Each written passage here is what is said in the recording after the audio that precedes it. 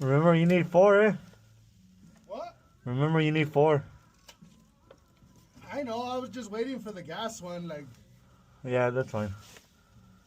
yeah, I mean, I could cut it whenever. You found where the studs are and everything?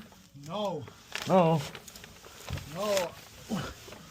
Yeah, that's what I'm working on right now. Oh, because they're... He says they're on top of the... Yeah, they are.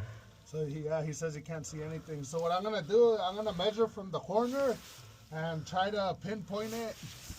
And worst case scenario, we'll drill a few holes on the line, and then 17 and a half.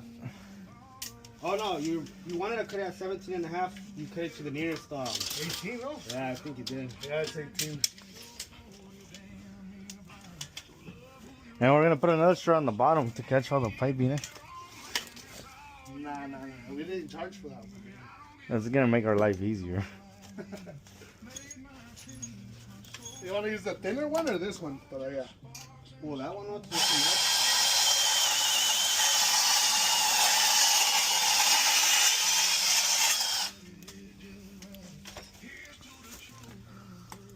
At George Plumbing, we didn't even have this bottom one like that. I did, but they never did. Let it go. They just left it like that? Is that level? A little piece. Is that level? Let me check the Maybe level. we put a level on here. Well, yeah, that looks fucking tits. That looks like we should have charged $3 more. For the quality of work we do, no mames. Hey Oceanside, quick question. Do you know your pressure? No, I'm not talking about your heart rate or blood pressure. I'm talking about your home's water pressure. Just like your heart controls pressure in your body, your PRV valve controls pressure in your house.